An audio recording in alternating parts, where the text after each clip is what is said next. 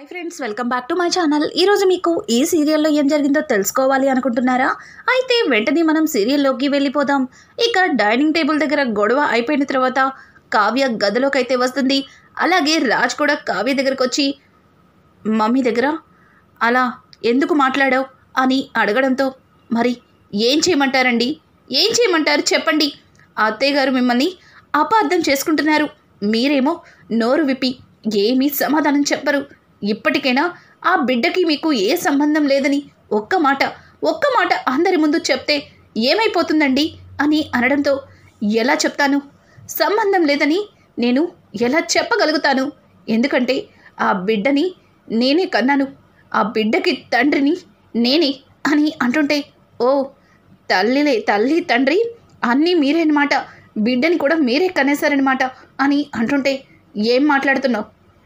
నేను అమ్మా నాన్న నేనే అయి పెంచుతానన్నా, అంతేగాని బిడ్డని నేను కన్నానని నీతో చెప్పానా అని రాజ్ మాట్లాడుతుంటే, అదేనండి, అదే నేను కూడా అందరికీ చెప్పమంటున్నాను. ఆ బిడ్డని కన్నది మీరు కాదని, ఆ బిడ్డకి మీకు ఎటువంటి సంబంధం లేదని అని చెప్పడంతో, చూడు కళావతి, మమ్మీ దగ్గర ఏదో గట్టిగా మాట్లాడావు కదా అని సర్ది చెప్దామని వచ్చా, అంతేగాని నా బిడ్డ కాదని అంటే ఊరుకునేదే లేదు అని చెప్పి ఇక బాబుని ఎత్తుకొని బయటకైతే వెళ్ళిపోతాడు. ఇక రాజ్ని చూస్తూ కావ్య, వెళ్ళండి, ఇంకా సేపట్లో నిజమేంటో తెలుస్తుంది. అప్పుడు మీరు ఆ బిడ్డ గురించి దాస్తున్న నిజాలన్నీ బయటపడతాయి. ఇక అందరి నోర్లు మోయిస్తాను, చివరికి మీతో సహా అని చెప్పి కావ్య తన మనసులో అనుకుంటూ ఇక అప్పు ఫోన్ కోసం ఎదురు చూస్తూ ఉంటుంది.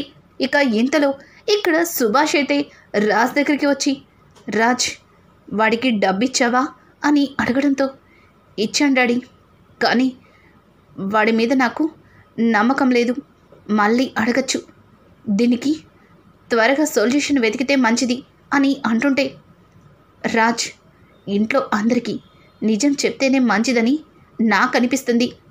ఇంకా ఎన్ని రోజులు ఈ భారాన్ని గుండెల మీద మోస్తావు అని అంటుంటే, డాడీ, ఇది జీవితాంతం మోయాలని నాకు అర్థమైపోయింది. నిదానంగా నేనే మమ్మీకి చెప్పడానికి ప్రయత్నిస్తాను, నాకు కాస్త టైం కావాలి అని చెప్పి రాజ్ అంటుంటే, ఈలోపు సుభాష్, నువ్వు ఇంటి నుంచి బయటకి అడుగు పెట్టే క్షణం వస్తే కనుక ఆ రోజు నువ్వు ఎంత వద్దని ఆపినా సరే అందరి ముందు నిజాన్ని బయట పెట్టవలసి ఉంటుంది. ఈలోపే దాన్ని ఎలా అందరికీ చెప్పాలో దాని గురించి ఆలోచించు అని చెప్పి ఇక సుభాష్ లోపలికి వెళ్ళిపోతాడు. ఇక ఇక్కడ చూస్తే కావ్య అప్పు ఫోన్ కోసం ఎదురు చూస్తుండగా ఇంతలో అప్పుని కావ్యకైతే ఫోన్ చేస్తుంది. ఇక కావ్య, ఏ అప్పు, ఏంటే ఇంత లేటుగా ఫోన్ చేసావు? ఎప్పటి నుంచి ఎదురు చూస్తున్నాను తెలుసా? ఇంతవరకు ఏం చేసావే అని అంటుంటే, ఏంటక్క అంత తొందరగా ఆ డిస్క్లో ఉన్న వీడియోని రికవరీ చేయాలంటే అంత ఈజీ కాదు, అది డిలీట్ అయిపోయింది, దాన్ని తీసుకురావడానికి ఎన్ని తిప్పలు పడ్డానో తెలుసా? సరే ముందు ఆ వీడియో పంపించావా అని అడగడంతో, నీకు మెయిల్ పెట్టాను, నువ్వు దాన్ని ల్యాప్టాప్లో వేసి డౌన్లోడ్ చేయి, అప్పుడు వీడియో నీకు ఓపెన్ అవుతుంది అని చెప్పడంతో ఇంకా వెంటనే కావ్య అక్కడే ఉన్న రాజ్ ల్యాప్టాప్ని ఓపెన్ చేసి ఆ వీడియోని దానిలో డౌన్లోడ్ చేసి ఓపెన్ అయితే చేస్తుంది. వీడియో చూసిన కావ్య ఒక్కసారిగే కళ్ళు పెద్దవి చేస్తుంది. ఇంకా వీడియోని చూసి కావ్య కంట తడే పెట్టుకుంటుంది. ఆ బిడ్డకి తండ్రి ఆయన కాదు, మరి ఏంటిదంతా? ఎందుకు ఆయన ఇంత పెద్ద నిజాన్ని దాచిపెట్టారు? ఆ బిడ్డకి తండ్రి అంటే మావయ్య గారా అని కావ్య ఒక్కసారిగా షాక్ అయిపోతుంది. ఇక కావ్య అయితే ఈ నిజాన్ని రాజ్కి అడిగి నిలదీయాలి అనుకుంటుంది. ఇంతలో రాజ్ లోపలికి వచ్చేసరికి హడావుడిగా ల్యాప్టాప్ని క్లోజ్ చేసి పక్కన పెట్టి తన కళ్ళ నీళ్లు తుడుచుకుంటుంది. రాజ్, ఏంటి నా ల్యాప్టాప్లో ఏం చూస్తున్నావు? నువ్వు అనుకున్నట్టు అందులో నీకు ఎటువంటి ఇన్ఫర్మేషన్ దొరకదు. అయినా ఈ బిడ్డ నా బిడ్డ అయినప్పుడు నువ్వు ఎంత వెతికినా నీకు సాక్ష్యాలు ఎక్కడి నుంచి వస్తాయి అని అంటుంటే, చాలండి, చాలు, ఇంతవరకు ఆడుతున్న నాటకం చాలు, ఇప్పటికైనా నిజం చెప్పండి.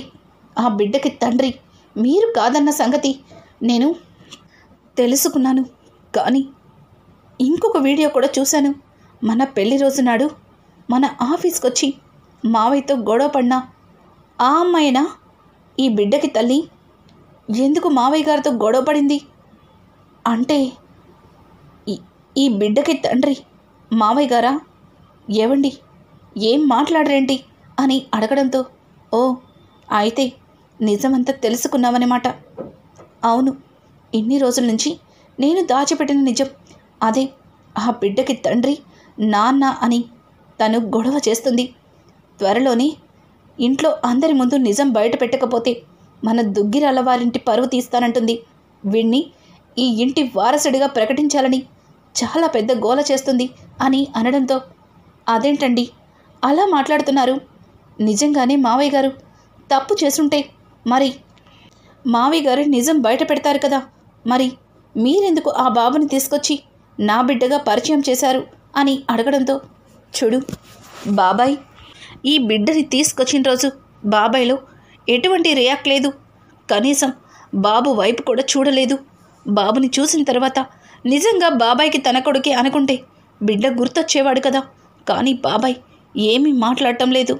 మరి నేను ఎలా ఆ బాబు గురించి అలాగే ఆవిడ గురించి బాబాయ్ని నిలదీస్తాను? బాబాయ్ మతిమరుపుతో ఇలా బిడ్డని తల్లిని మర్చిపోయారు. బాబాయ్ చేసిన పొరపాటు వల్లే ఈరోజు ఇదిగో ఆ ప్రతిఫలంగా శిక్ష నేను అనుభవిస్తున్నాను అని చెప్పి రాజ్ చెప్తుంటే, చూడండి మావయ్య గారికి మతిమరుపు ఉంది.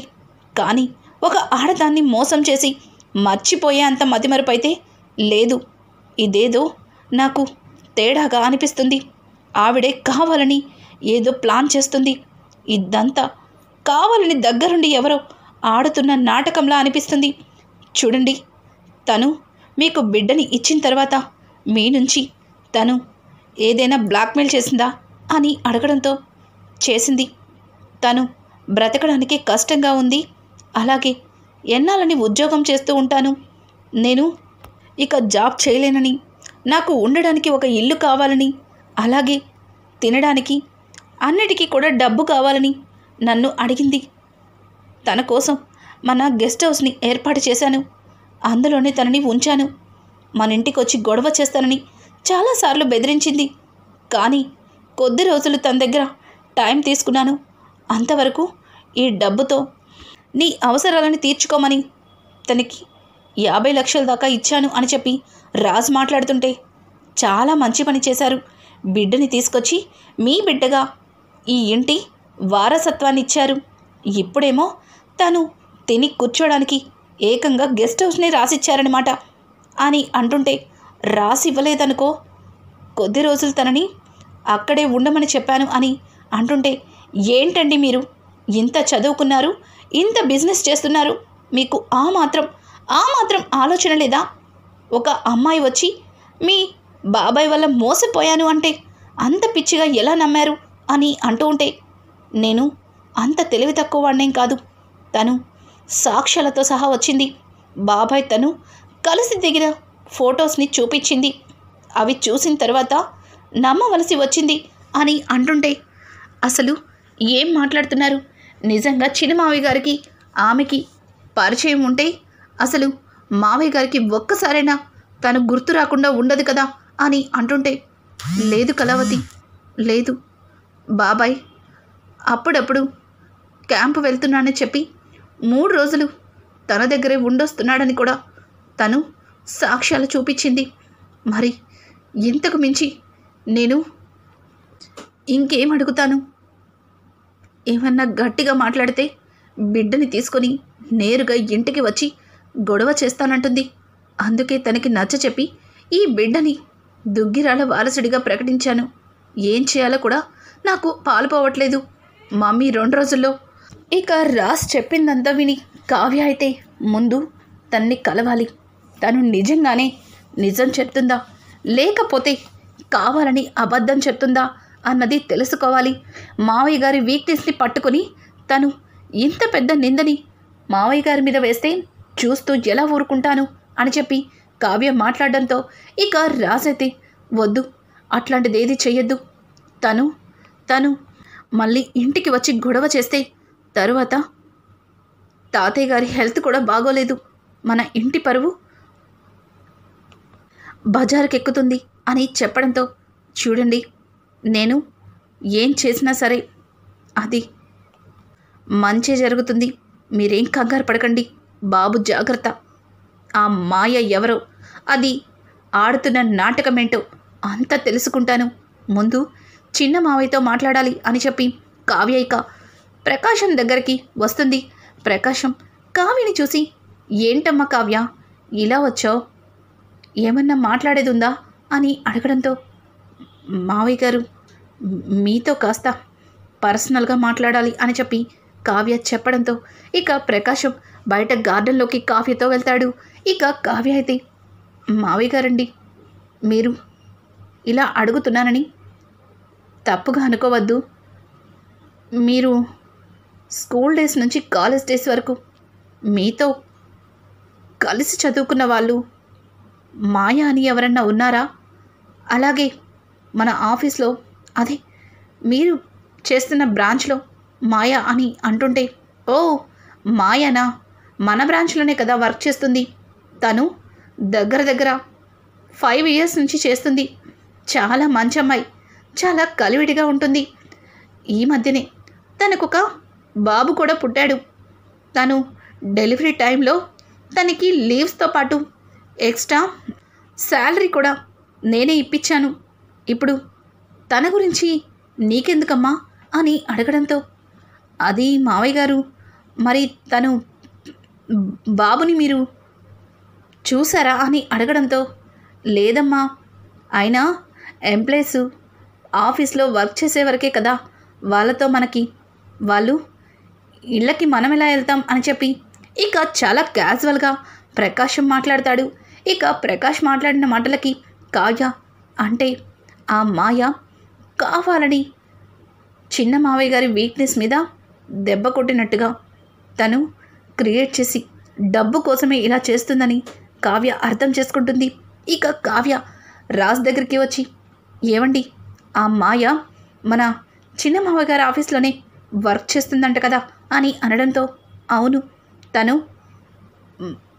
బాబాయ్ దగ్గరే వర్క్ చేస్తుంది, అదే మన జూబ్లీ హిల్స్లో ఉన్న ఆఫీస్లోనే తను వర్క్ చేసేది, అందుకే తను చెప్పిందంతా కూడా నమ్మవలసి వచ్చింది అని రాజ్ మాట్లాడుతుంటే, అసలు మావయ్య గారు తను జస్ట్ ఆఫీస్లో ఎంప్లాయ్ మాత్రమే అన్నట్టుగా మాట్లాడుతున్నారు, కనీసం తన పేరు చెప్తే ఉలిక్కి కూడా పడటం లేదు, అంటే చిన్న మావయ్య గారుకి తనకి ఎటువంటి సంబంధం లేదు, మావయ్య గారి మాటల్లోనే అర్థమవుతుంది, కానీ తను ఎందుకని ఇలా చెప్తుందో అస్సలు అర్థం కావట్లేదు, నిజమేంటో కనిపెడతాను అని చెప్పి ఇక కావ్య అప్పుకైతే ఫోన్ చేస్తుంది.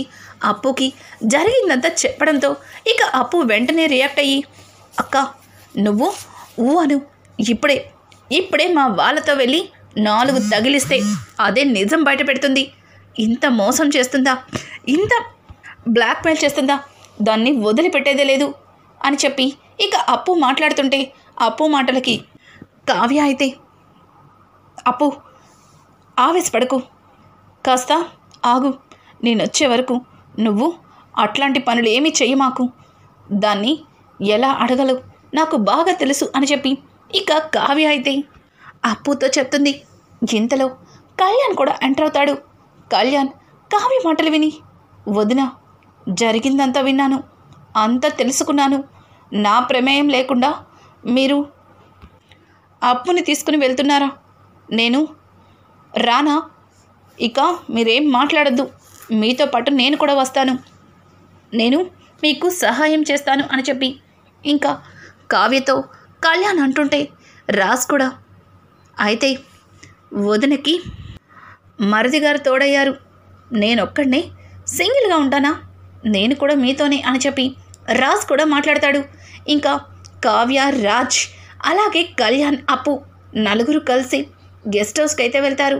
ఇక గెస్ట్ హౌస్లో దర్జాగా కాలు మీద కాలేసుకుని కూర్చుని టీవీ చూస్తూ మాయ అయితే అక్కడ భోగాలని అనుభవిస్తూ బిడ్డని ఎరవేసి దుగ్గిరాల వారింటి వారసత్వాన్ని కొట్టేశాను. ఇంకా ఇంకా ఆ ఇంటి కోడలునవ్వడమే లేటు. ఆ ఇంట్లో అడుగు పెట్టిన తర్వాత ఆస్తిలో వాటా తీసుకుని అక్కడి నుంచి వెళ్ళిపోతాను. ఎలా అయినా నాకైతే ఒక వాటా వస్తుంది. ప్రకాశం సార్, మీరు ఉన్న మీ మతిమరుపు వల్ల నేను ఇంత ఆస్తివంతురాలని అవుతున్నానని అస్సలు అనుకోలేదు. వెరీ గుడ్ మాయా, నిజంగా నువ్వు చాలా తెలివైన దానివి అని చెప్పి తనలో తను మాట్లాడుకుంటూ ఇక ఒక రకంగా నవ్వుకుంటుంది. ఇంతలో కావ్య ఎంటర్ అయ్యి, ఓ అంటే మా మావయ్య గారి పేరు అడ్డం పెట్టుకొని మా ఆయన దగ్గర డబ్బు గుంజుతున్నా మాయావి నువ్వే అన్నమాట అని చెప్పి కావ్య ఇక మాయా దగ్గరికి రావడంతో ఒక్కసారిగా మాయా కంగారు పడుతూ, ఏయ్ ఏం మాట్లాడుతున్నావు? నేనెందుకు రాజు దగ్గర డబ్బులు తీసుకుంటాను? నేను వాళ్ళ బాబాయ్ దగ్గర చాలా ఘోరంగా మోసపోయాను. ఒక బిడ్డకి కూడా తల్లినయ్యాను. అది తెలిసి ఎక్కడ ఇంటికి వచ్చి గొడవ చేస్తానా అని నాకు డబ్బిచ్చి నీ భర్త నా నోరు మూయిస్తున్నాడు. పైగా నా కొడుకును కూడా నా నుంచి దూరం చేశాడు అని అంటుంటే, చాలా ఆపుతావా నీ నాటకాలు? కన్న బిడ్డని వదిలేసి ఇక్కడ దర్జాగా కాలు మీద కాలేసుకొని ఈ ఎంజాయ్మెంట్స్ని చూస్తుంటే అర్థమవుతుంది నువ్వు ఎంత మంచి తల్లివో, నువ్వు ఎంత మంచిదానివో. నువ్వు వాడుతున్న నాటకం మొత్తం నాకు తెలిసిపోయింది. నీ అంతట నువ్వే నిజం చెప్తావా, లేకపోతే మా స్టైల్లో చెప్పించమంటావా అని చెప్పి ఇక కావ్య అలాగే అప్పు, కళ్యాణ్ ముగ్గురు కూడా ఇక ఆ మాయాని నిలదీస్తారు. మాయ అయితే, లేదు నేను ప్రకాశం గారితో మోసపోయాను. ఆయన మతిమరుపు వల్ల నా జీవితం నాశనమైపోయింది. నాకు తెలియకుండానే ఆయన ప్రేమలో పడిపోయి ఒక బిడ్డకి తల్లినైపోయాను. ఇప్పుడు మీరు వచ్చి నన్ను బెదిరించేస్తే నిజం అబద్ధమైపోదు అని అంటుంటే, ఛీ నోర్మై, ఇంతకు ముందే నువ్వు మాట్లాడిన మాటలన్నీ విన్నాను. నువ్వు వాడుతున్న నాటకం కట్టిపెట్టు. నిజం చెప్తావా చెప్పవా అని చెప్పి అప్పు ముందుకు వెళ్ళి మాయ చెంప పగల కొడుతుంది. మాయ అయితే, ఏంటి కొట్టి నిజాన్ని అబద్ధం చేయాలని చూస్తున్నారు? చూడండి, నాకేమన్నా జరిగిందంటే పోలీస్ కంప్లైంట్ ఇస్తాను. తర్వాత మీ పరువు రోడ్డున పడుతుంది. మీ ఇంట్లో అందరినీ అరెస్ట్ చేపిస్తాను అని చెప్పి తను ఇష్టం వచ్చినట్టు మాట్లాడుతుంటే, ఏయ్ మా డాడీ గురించి నాకు బాగా తెలుసు. మా నాన్నకి మతిమరుపు ఉంది. అంతేగాని ఒక ఆడపిల్ల జీవితాన్ని నాశనం చేసేంత మతిమరుపు అయితే మా నాన్నకి లేదు. నిజం చెప్తావా చెప్పవా అని చెప్పి కళ్యాణ్ కూడా తనని బెదిరిస్తుంటాడు. ఇక కళ్యాణ్ ఏ బెదిరింపులకి తను, ఓ నువ్వేనా ప్రకాశం సార్ కొడుకువి? ఇంత పెద్ద కొడుకుని పెట్టుకొని నాతో సరసాలాడడానికి, నన్ను మాయ చేస్తారన్న వలలో వేసుకొని ఒక బిడ్డకి తల్లిని చేయడానికి అతనికి సిగ్గు లేదు. ఇక్కడ నా జీవితం నాశనమైపోయి నేను ఇక్కడ కుమిలిపోతుంటే బిడ్డకి దూరమై మీరొచ్చి నా దగ్గర ఇలా ప్రవర్తించడం ఏమాత్రం కూడా బాలేదు. ఇప్పుడే నేను మీ అందరి మీద కేసు వేస్తాను. ఇప్పుడే న్యూస్ ఛానల్ వాళ్ళందరినీ పిలిపించి నేను మీ ఇంట్లో ఉన్న పెద్ద మనిషి గురించి నిజమంతా బయట పెడతాను అని అంటుంటే, ఏంటే నిజం బయట పెడతావా? వెళ్ళు. వెళ్ళిన తర్వాత నీ కొడుక్కి, అలాగే నువ్వు చెప్తున్నా మా ప్రకాశం మావయ్య గారికి DNA టెస్ట్ చేస్తారు. అప్పుడు నిజం బయటపడుతుంది. DNA రిపోర్ట్లో నువ్వు ఆడుతున్న నాటకం బయటపడుతుంది. ఆ తర్వాత నువ్వు జీవితాంతం జైల్లో కూర్చుని ఊచలు లెక్కెట్టుకోవాలి. తరువాత నీ బిడ్డ అనాథవుతుంది, ఒంటరైపోతాడు. వాడు దుగ్గిరాల వారింటి వారసుడిగా పెరగాలని నువ్వు ఆశపడుతున్నావు, కానీ వాడు ఒక అనామకుల్లాగా తయారవుతాడు. తరువాత తల్లివి నువ్వుండవు. వాడు రోడ్డున పడి తిండికి తిప్పలకి ఇబ్బంది పడతాడు. తరువాత దొంగ అవ్వచ్చు, అలాగే ఏదైనా కావచ్చు. పోయి నీ కన్న కొడుకుని నీ చేతులతో నువ్వే నాశనం చేసే పరిస్థితికి వస్తుంది. ఆలోచించుకో, అంత ఆలోచించుకో. నిజం బయటికి చెప్తే ఇక్కడే గుట్టు చప్పుడు కాకుండా నీ బిడ్డని నీకు అప్పచెప్పి నిన్ను సైలెంట్గా వదిలేస్తాం. లేకపోతే నువ్వు జైల్లో కూర్చోడానికి సిద్ధంగా ఉంటే నువ్వేం చెప్పినా మేం కూడా సిద్ధంగా ఉన్నామని చెప్పి కావ్య ఇక మాయతో మాట్లాడితే ఇక మాయ ఒక్క క్షణం ఆలోచించి, మేడం సారీ మేడం, నన్ను క్షమించండి మేడం, ఇదంతా నేను కావాలని చేయలేదు మేడం, అనామిక గారే ఇదంతా చేయించారు మేడం అని చెప్పడంతో ఒక్కసారిగా కంగు తింటారు కళ్యాణ్, అప్పు అలాగే కావ్య ముగ్గురు కూడా. ఇంతలో రాజు కూడా బాబుతో ఎంటర్ అవుతాడు. ఏంటి, ఏం మాట్లాడుతున్నావు? ఇదంతా అనామిక చేయించిందా అని అడగడంతో అవును రాజ్ సార్, ఇదంతా అనామికనే చేయించింది. తన ఆడమన్న నాటకమే ఇదంతా. తను చెప్తేనే ఇదంతా చేశాను అని ఇక తను చెప్పిన మాటలకి ఒక్కసారిగా అందరూ షాక్ అయిపోతారు. అసలు అనామిక మాయాతో బిడ్డని తీసుకొచ్చి నాటకం ఆడించాల్సిన అవసరం అనామికకి ఏముంది? అనామిక తన కోరుకున్నట్టుగా కళ్యాణ్ని తన దారిలోకి తెచ్చుకుంటే సరిపోతుంది కదా. కానీ దుగ్గిరాల వారింటి వారసుడిగా ఆ బిడ్డని ప్రకటించాలని ఎందుకు అనుకుంది? అసలు నిజంగా ఆ బిడ్డ మాయా బిడ్డేనా లేకపోతే అనామిక బిడ్డ? అసలు రానున్న ఎపిసోడ్స్ అయితే మరింత ఇంట్రెస్టింగ్గా మారబోతుంది.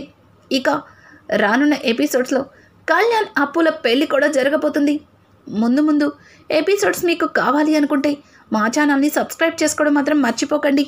Thanks for watching. Hi friends, welcome back.